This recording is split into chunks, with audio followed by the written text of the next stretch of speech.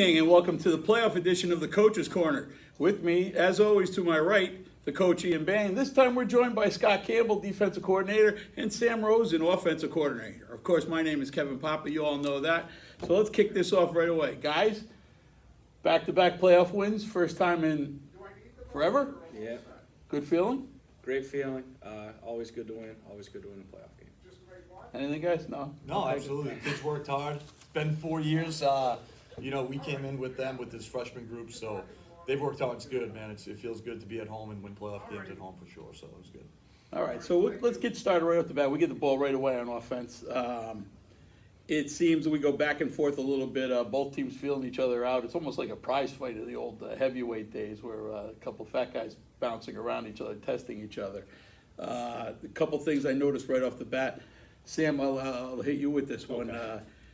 They seem to jam Jake at the line early, not letting him off right away. Even when he went in motion, the guy would come off the slot and hit him. That's something they must have seen on tape, obviously. Yeah, I think Jake's a great player for us and he's made a lot of plays. So, a lot of our passing game, we've talked about it a lot. Ian's talked about it a lot on the show where we have built-in pass, options off of a run play. So I think they look to disrupt that and kind of keep us in our run game early on, taking Jake away from us. Okay, so we go back and forth. The other thing that stands out to me, Coach, is that Cody Trotton was fantastic in the game. I think his first 3 punts were 38, 36, 46, all reversing the field. Yeah. Just a great weapon to have. Yeah, and it changes the way you think about the game and how it plays out too, knowing that you can flip a field, and we've been the victim of that too a little bit. Something that we try to keep in mind is starting field position, and obviously there have been charts made and percentages drawn out for people. You start a drive inside your 10, you have this percentage of scoring, inside your 20, this percentage, and so on. So being able to use him as a weapon was definitely a huge part of our win and our team strategy in the game. All right, their second punt, Scotty, I don't know if you handle the special teams as well or part of it, but the ball skips to the punter. We don't really have a rush on that. Is that something that we're worried about, a fake punt on that, or are we just playing for a straight return? So that particular ball is one that it's a read instead of an all-out. We basically pressure the kick with 3 different speeds, which I won't necessarily give away here today, but on that particular one, it's a read. So it's more on the safe side, but we are instructing our players, if it's a bad snap or something goes wrong, to disengage and go. Obviously, sometimes we go with a higher tempo, and then we have, as far up as we're sending 11 guys and we're going for the block. So we certainly weren't in block mode, but we could have probably reacted a little bit differently. But something we work on, we just need to do a better job with. So again, our offense a little slow to get out of the gate for the second week in a row. Is that something concerning? Is that just something we're just looking to see what they're running against us? No, and I think, we were able to hit some things and move the ball, just weren't finishing drives the way we wanted to. But, again, we go back to the V, we talk to the kids, we make, some adjustments inside the game. And, we see things there. We feel good about, what we're doing, and we just need to execute and finish the drives. And we felt like that was coming. So the quarter's coming to an end. They get a couple passes off. One doesn't look like great passes against us. One looks like the kid just runs under it down the sideline. The other one, does that kid get lost in the zone on that? Is that the swing pass you're talking for the touchdown? Or? No, the one before the down touchdown. the sideline. Yeah, down the sideline. It was the miscommunication. We've had some injuries. We've moved some people around. They actually hadn't run that play. It was a good play that they ran for that look. They faked the screen, a little bubble screen, and number 2 kind of piped up the sideline there. So we just hesitated for a second in the secondary, and it was a good play call by them, and we didn't get over quick enough to handle that. So it was something new that we hadn't seen, but something we should be able to handle. But good play by them, and they get some athletes, and the kid got it out there. And that ends the first quarter at 0-0 at this point. But they are deep in the play, and then on the very next play, the swing pass you're talking about goes 11 yards untouched. 3 straight passes. They're a high-powered offense. Yep. You're expecting something like that. Eventually, it's going to happen. Yeah. So it's 7-0 after that. But then we get the ball right back. We get 11 yards, looked like an inside swing to Nally. A couple short plays, and then Jake gets one-on-one. Cornerback whiffs on the jam, and that's 38 yards and the ball's down on their 6-yard line. Is that something you guys saw on that side? Because it looked like we went to that side a lot that game. I mean, I don't think it was necessarily a side thing, but we had spent a lot of time in the week working on jams with the receivers. You know, we were just kind of waiting for the right time. I think sometimes what we call, depending on side, has more to do with the hash marks and kind of where we are in that location with the wider hashes this year. Deep throws to the opposite sideline, we can only run certain plays that way versus into our own boundaries. So that probably had more to do with it than this kid versus that kid. I think they were all pretty equally talented across the board in the secondary, so that just happened to be more because of geography. The one thing I noticed on tape was that as the quarter progressed offensively, the jams on Jake got a little softer, a little softer, a little softer. The next play is a 6-yard shuttle pass from Tommy to Jack. It's worked well all year. It's 7-7. What does that do to the psyche of the opponent when they come down and score and they're all pumped up, and then a minute 30 later it's tie game? I mean, I think it has more to do with our own safety. I can't really speak to Brockton's on it, and nor do I care. And I don't think we care. It's more about us. It's being able to respond, being able to stay in our game plan, not panic. You know, and we talked about there's a fine line between a sense of urgency and panic, and it's kind of having that cool where you still expect to win. And I think to also score, although it's a shovel pass, I think everybody knows that that's a run play, and to be able to run the ball and put it in the end zone that way, you know, I think is also very important for the psyche of our own team. And the next series starts off with 3 Drake kickoffs. One goes out of bounds. The second one is a missile. Yeah. That would have broke somebody's ribs if they caught it. And then eventually they get the ball. Coach, they go 8 plays, but they only gain about 15 yards. Yeah. On the third down, Wirtz reads the screenplay beautifully. Yep. Is that something that's seen on tape and scouted, or is that just a good player making a great play? I think it's a little bit of both. He's really, really good at that, and I just think we had seen that screen and we practiced it, but I think Evan, you know, one of the best things about him is just his instincts that he has, and he's a great player, and he's seen a lot of those plays. You know, but I think that was kind of our strategy. They were so explosive that, you know, on their scoring drive, they hit big plays. And, you know, if you get those kids in space, they can hurt you. So, you know, our thing was let's not give up the big play, limit them in space, and kind of rally to the football. So, yeah, and then we were able to get them in third down. They had the screen. If Evan doesn't make that play, he had some room behind him. Yeah. You could see. So, but no, Evan does those things a lot. So that was a little bit of both. We saw it, but, you know, Evan's got great instincts, so he was able to make the play. It's got to be frustrating for a team like that who wants to get into a track meet and make it a long game to Yeah, go they- 8 plays. Yeah, they were going and quick, only too. pick up 15 Sure. yards. So we move on. We get the ball back, and that brings us to our drive of the game. We're tied 7-7. They're playing off Jake, and was that a soft zone or a soft man over the top, under the top? But he does a double move, and we hit him for 50 yards. Yeah, I mean, I think it was. They're off him backside. now. Yeah, They're not jamming him they anymore. were loosening up a little bit, and so like we say, like we looking for opportunities. I think one of the other things that was helping us, we were starting to get the run game going a little bit too, which was what helping us out. And you know, we just good throw by Tommy, Jake making a great play, and you know, it's just to credit our kids again. You know, just making plays when we need to and responding to put us up. And then Palmieri goes 12 yards. He goes another 5 yards, gets it down to about the 4-yard line. Tommy goes in for the touchdown, a rushing touchdown. I really think it shows the unselfishness of the team, where Owen is doing the hard, you know, the heavy lifting all the way down to the floor. But then he's the guy plowing the field to get him into the end zone as well. And he's pretty much pumped up to see his quarterback score a touchdown. Yeah, well, I mean, the closer you get to the goal line, obviously the numbers shift, and that's what our offense is kind of all about, is where are the numbers. We try to go where they don't have numbers. So there are certain situations and certain, you know, boxes that we'll see from a defense that we either have to bring in a second tight end, bring in a second back, or run the quarterback to balance those numbers out. And it's all about identifying that and then those situations and just calling the right place. So as you get closer to the goal line, sometimes you have to change your calls. You can't run the same run game against a nickel personnel or what you can run in the open field. Right. And so then we go to the third Brockton series. They go backwards once again. forced a punt. Tommy goes, hits a 12-yard out to Nally, and that brings us to a play of the game, one of the play of the games. Palmieri hits the hole on the left side. He goes untouched, 26 yards, I believe. Great blocking, a great run. Offensive line created a great hole on that play. Yeah, I mean, it was an outside zone play. We just got a hat on a hat, and Owen did the rest. You know, he saw a crease, stuck his foot in the ground, got north-south, and he's a great athlete. He's a fast kid, and once he gets out in the open like that, you know, not a lot of guys are going to catch him. I think the offensive line deserves a lot of credit too, as they've been mixed and matched all season long, and have really done well to keep Tommy clean and to keep the running game moving.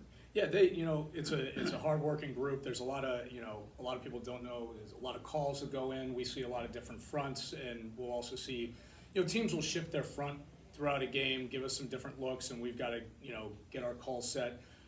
Great job by Cole Sweeney, who, gets all our calls out, and then we echo them out. And so, yeah, it's a hard-working group. They're well prepared. They work hard. They know their assignments, and I couldn't be prouder of them. No, absolutely. And like you said, Owen, it's a great run. 26 yards. It's now 21 to 21 to 7 at that point. Lost myself in the thing. Brockton's fourth series ends the quarter. Yeah. I just want to mention the pass It was a interference. heart attack series. Right there. It was. Yeah. But it's because of the pass interference on Jake, and it's not pass interference. The No. call comes from the line judge, Yeah. who's 25 yards, and that guy's got the best arm on the field, I think, because Yeah. that flag goes 25 Yeah, he yards. had gone the I don't know other if we way. get fined for commenting on officiating. I don't think they watch other than But, Oregon. it wasn't a call that we agreed with. Well, but- my whole thing is the guy in the back doesn't even reach for the flag. And Yeah. you know why he's The guy- calling, because he yeah. sees the arms go out, Yeah. but the guy in the back sees he doesn't touch him. That's something in a playoff game you want those guys to get together and talk about. Yeah, that's a critical drive too. I mean, at that point, I think they were getting the ball coming out. So, we're up 21-7. To go into the half 14 is huge. So if they go down and they score and make it 21-14, have the momentum, and then come back out with the ball, I mean, that's a big drive. But it didn't kill us. At that point, we got to be a little mentally tough there and just kind of rally. And we still got to stop them. Fortunately, I think we got a face mask a couple plays later. Right. So we gave them a bunch of yards, and then ultimately Nally was able to make a great play. They did, and probably a mistake by me. I should have had that kid double teamed over there. They got a one-on-one look in the end zone, but Nally came up with a big play to get us into half. So we end in the half, we're up 21-7. I'm not gonna ask you what your message is to them, but what are you thinking going into the half? Same thing I think every week. We just got to make our adjustments and go execute. I mean, I don't know. It's I wish we were more exciting. And maybe I need to be more exciting, but it's the same message. I mean, we're just consistent in what we try to do, and it's we just need to keep improving, stay focused. Obviously, we had a lead, but again, it's 0-0. Don't worry about the result. If we start thinking about the fourth quarter, if we start thinking about after the game and celebrating with our girlfriends or our buddies or whatever, we're going to be in trouble. Stay in a moment, focus on the process. That's what's most important. That's what wins you games, and that's it. But I mean, that's the message just about every week: is stay true to the process and focus on that. I'm telling you what I'm thinking. It's cold. They're cold. If we can get a stop and a score, we're going to put them on the bus. Unfortunately, it didn't work out that way. So it's the third quarter, and we enter Fumble City. Brockton's first drive goes 9 plays. They get it down to the 10. Mm-hmm. Now you're sitting there going, oh my God, they're down to the 10. It looks like a pitch. The running back takes his eyes off the ball a little bit, and Yep. Larrabee scoops it up. Yep, that was a huge play. Yeah, again, just make him snap it again, right? Like, no big plays, make him earn everything down there. We had a blitz on, and we're coming from the outside, and that blitz was fortunate with the play call they had, unlike what's going to happen, which we'll get to later, which didn't work out. But yeah, it was good. Make him snap it again, and good things happen. We got the fumble recovery, so good job just sticking with it, not getting worn down, and just protecting your goal line. That was good. All right, so, Coach, we get the ball back. We move it out a little bit. We get it out of our deep in our end zone. We get out to the 34. Cole makes a nice play, and the ball's poked out. It's a great defensive play, but we give the ball right back. Yeah, and it's just a situation where you want to protect the football, but those things happen. So you just need to stay focused. We know we're going to get back out there, and so the message to the guys in the V is keep your heads up. when we get back out. We just need to make sure we execute our assignments, and we're gonna be fine. And then 2 plays later, Ozzie makes a play, strips the ball, Yeah. and we get the ball back. Yeah, great hustle play, good effort. That's what Austin does best, man. He's got a great motor. He works hard. He never gives up. He comes in and punches that thing out, makes a big play. It's good. You talk about us scoring right away after they scored. I just think our team, staying focused, not getting upset or distracted, or anytime they kind of had momentum, we were able to kind of take it back. So I think that's a really good sign for our kids, and how focused they were the other night. So. And people are like, oh, is that a cold ball? Is that a sloppy play? It really wasn't any of it. The first one, maybe the kid takes his eye off ball. Mhm. The other 2 plays are just great defensive plays. And Poking the that's- ball out on Cole and then Austin stripping the ball. All right, so we continue on. Franklin punts again. Cody, another great punt, 34 yards, gets it down. And then what you were talking about, Coach? Yeah, not One good. play, 65 Not yards, good. untouched. It's fun, they were doing a really good job of kind of stealing yards on first down. They knew we were going to be in zone, so they're getting 6-7 yards, little out routes, kind of hitches. So I called the blitz because I wanted to get up and man, and they made a great play call for that blitz. They motioned the guy out of the backfield, and Wirtz had to go with them. Honor was blitzing from the outside. So now we had no one in the middle. We still have the D line there, but if that one guy doesn't make the play, so anything up the middle, especially with that motion out of the backfield, puts us in a bind. And he did. He got through that first layer, and not good. I'll say that. Not very good. Yeah. It's like we've talked about before. It's when you get past that first layer, it's almost like a punt. And Yeah. Especially when no one's there. Foot Yeah. race. Frowned upon. Yeah. So not. So they score. There's still a ton of time left, but Franklin they pooch us back to us. Good field position at the 34. That brings us to our play of the game, part 2. A couple plays later, Lakatos completely uncovered down the left side, does his routine juggling act, and 53 yards later, we got a touchdown.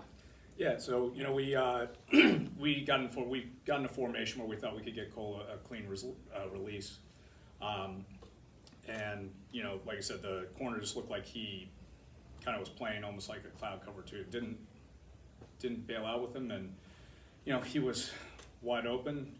Bobble, kind of gives you your heart a flutter there for a minute or two, but it was a great play. And again, with the play before, with the fumble, was a great answer by Cole. Great job of staying focused, coming back, and making a great play to put us back up by 2 scores.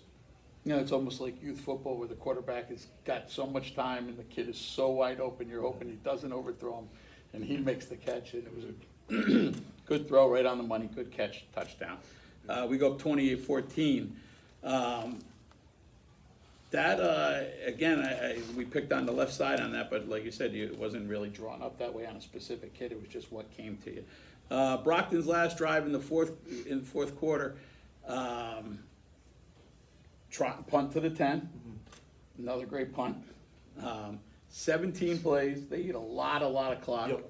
Yep. 63 yards. Yep. It eventually stalls out. Highlights of the play, Larrabee gets a sack. He had a great game. 2 more screen passes towards Wirtz. One he makes the play on. The other one they decide they're just going to take 2 guys and hold 25, and somebody else makes the play. Drive like that, you're playing prevent on that part? We never. No, we weren't playing prevent. We were playing safe. After that, we're coming off the play where they got the long touchdown. So we switched a little things up. We were never in prevent, but we wanted to be smart and keep them in front of us to limit the big plays. So we could send 5 guys maybe, but still stay in zone. But I do think once the ball kind of got to midfield, they got 40 yards or so, and the ball got to midfield. But now the clock came into play. It really did. At the start of the drive, they still almost had the entire fourth quarter. I think it was about a 7-minute drive or something like that. So it does come into play situationally. Now, keep everything in front, make them earn it, and if they do score now, now they're in a position where they have to go for an onside kick. We're not letting them score, but situationally, no big plays, keep it in front, and let's the clock kind of becomes our ally at that point. So I think situationally understanding that things change a little bit is important. But no, we were never in a prevent. We still wanted to stay aggressive, but at the same time, we're not sending the house and playing 0 behind it. So We run the clock out. The next offensive drive, we take a knee. Second straight playoff win. What's going through your mind the minute the game is over? Just want the kids to enjoy it. Didn't know what happened in the other game, but kind of assumed that would be our last home game, last game under the lights at home. So what a goodbye for the seniors to give to Passini Stadium. And, all these games are important, but I mean, to get this far, it's real easy to get caught up in what we got to do next. But I just wanted the kids to enjoy it, take a minute, let it sink in. And, the next game that work could keep until tomorrow, but let's enjoy tonight, let's enjoy each other. So, a couple things. We already pointed out how great Cody Trotton played. I think up and down the kicking game, from Trotton to the Drake to Parker, even your long snapper Tommy Ellen and your holder Chris Donahue, we definitely up and down the kicking game, one of the best in the Hawk, if not the best. Yeah, we spent a lot of time on it. Coach Donovan has spent a lot of time making sure we're organized with our drill work and what we're doing, making sure it applies to what we want to do schematically. The kicking game can win you football games, and it plays a huge role in our win on Friday for sure. I thought Evan Wirtz had one of his best games of the season. Yeah. He's usually all over the place. It's usually the dirty work tackles, but I thought that game, he kind of showed himself a lot. Yeah, he's smart. More importantly, just the plays he makes. He gets us lined up, really, and this is the third year with him now. So, he gets the kids lined up. He knows what plays coming, alerts. He makes all our checks. So, I really think the second half of the season he's been playing really well. But, what he does for us from a communication standpoint as well is extremely important. So, yeah, he's making plays. He's done that for 3 years now. But just how easy the game's coming to him at this point too, and how comfortable he is just as important, I feel like. All right, so Coach, we're on to number 1, Catholic Memorial. What are we looking at? They're awesome. I mean, it's gonna be like playing Mansfield all over again, which is awesome. Great challenge. We're excited for it. And like we said to the team on Monday, everybody's good right now. It's like go up and down, bro. Whether it's D1 or 2, you want to play Mansfield, you want to play Duxbury, you want to play Natick. I mean, everybody is good. So, we're excited for the opportunity. Competing on a high level on a big stage is what we've always wanted to do here. We did it last year to a certain degree, going over to Zavarian, and we just got to control what we can control. We don't need to do anything different than what we've done up to this point. We just need to be ourselves and be the best version that we can be. And Coach, that's what, going back to earlier when we said the offense got off to a slow start, you are playing better defense every single week. Mm-hmm. Yeah, but our kids are, like we said, we just need to keep punching. And I tell the line all the time, we just need to keep punching. We just need to keep coming out. And our game plan is, to use we are gifted in speed. We're well conditioned, and those are things that maybe at the very beginning of the game you're getting 2-3 yards, but as the game wears on, now those 2-3 yard gains can start getting into 4-5 yard gains. Receivers start, getting a little bit more space. So, we just stick to the plan. We stick to what we've worked on all week, and I think it's a proven formula. It's working out for us. So, a couple questions. How do you get the boys to drown out all the noise, all the side noise during the week? Oh, you're playing number 1. Oh, they're great. Oh, you think you can win? How do you get them to drown that all out? I think it just comes down to establishing, the culture that we've built here, that's our own. And if they believe in it, which I think they do, that's a big part of it. Is nobody's opinion matters, but what's in our 4 walls in our locker room. And they get that, they understand it. I think the buy-in's at an all-time high. I don't think, and the other part of it too is the challenge that we faced this week. It's nice to be an underdog again. We haven't been an underdog in a couple of weeks. We'll get that in a second. So I think, as good as we might be feeling about a lot of different things, we understand that that doesn't matter because we have a great challenge in front of us, and that needs to be our complete focus. So going back to that, do you enjoy being the underdog as opposed to being the favorite, the hunter as opposed to being the hunted? I love them both. Just be a competitor. That's all we ask. It doesn't really matter. I think maybe it's easier to be an underdog because not as much is expected of you, but that's also kind of a cowardice way of thinking. So Right. it's just whatever. We're going to compete. We really don't give a Going and saying we have care. nothing to lose and then getting down. I hate that instead of mindset, going down. or you're playing with house money, or Yeah. what. It's like, no, we're here to compete and play a great football game on Friday, and that's what we're doing. Whether we were the dog or the favorite, it doesn't matter. We're out there to compete. Absolutely. Game day, biggest game any of these kids probably have played. How do you keep them from getting overhyped? Just keep preaching the message, man. Do what we've done to get here. The hype, that part of it's going to take care of itself Friday night when we start warm-ups right before the kickoff. But as soon as you get popped in the mouth, everything's going to come back down to earth, and you're just in a football game. It's going to feel the same as it always does. I think we talk about as coaches the ups and downs of the week, and honestly, the easiest time of our week is the two and a half hours that we play on Friday. That is the easiest time of the week where I don't think we deal with the anxiety, we don't deal with the stress of planning. Do we have a good plan?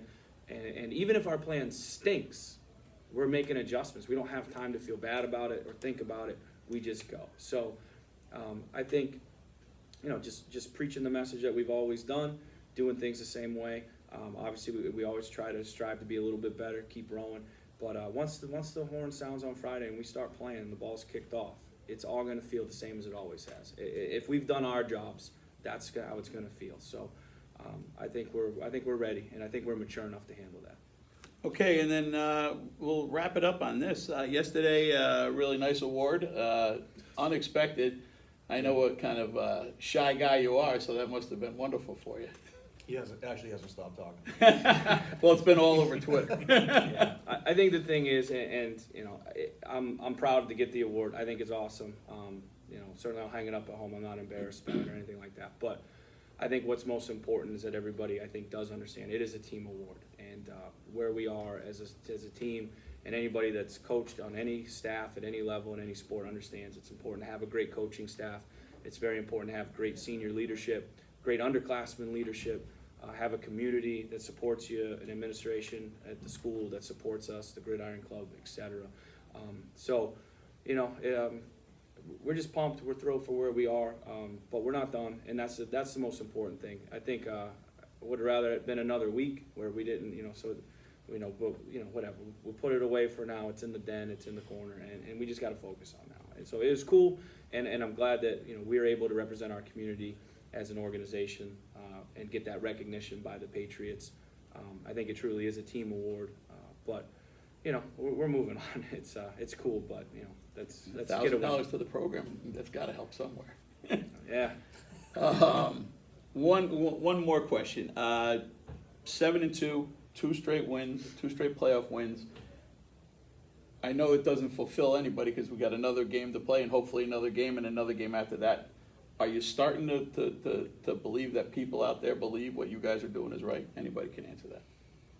I mean, I don't know. I mean, you kind of asked earlier, like, how do you get the kids about being an underdog or something, and the expectations, not getting too excited. I really think once the week starts and they realize it's just the same process, it's the same thing over and over again, and how much work we're putting in, as a staff and the kids, they realize that it's the same thing and same process. So all that other stuff, whether it's expectations, underdog, or whether it's people are believing in us, I mean, it sounds cliche that we don't listen to it, but we really don't. I think we have enough to worry about with Catholic Memorial and the problems they present that, we're just trying to go to work and, hopefully, play our best on Friday. I know it's a boring answer, but it really is true, and I think that's the way you gotta have success. You kind of keep it simple and just work and do what you've been doing, so. Anybody else got anything to add? We're all good here, Coach? I mean, again, it's a credit to our kids. I think what's most important to us is that, the kids are believing the message, the kids are getting the work done. And so, you know what? That's the most important thing. And, at the end of the day, that's what drowns out all of that other noise and all that other stuff. And, I think, we're pretty happy with what they've done. I feel like I'm kind of rambling a little bit, but for me, it's just being proud of these kids and how they've responded and how they've kind of bought in to the program, and everything else is kind of gravy. Okay, for Coach Rosen, Coach Campbell, Coach Bain, Kevin Papa. That's going to be a wrap. We got CM Friday night in West Roxbury. Parking's going to be hell, so get there early. Shout out to the Gridiron Club. Fantastic job this year on all the home games by Russ, Mark, Mary Beth, and Tracy, and everybody else who volunteered. You made this year's home games fantastic. We'll see you guys all next week here on the Coach's Corner.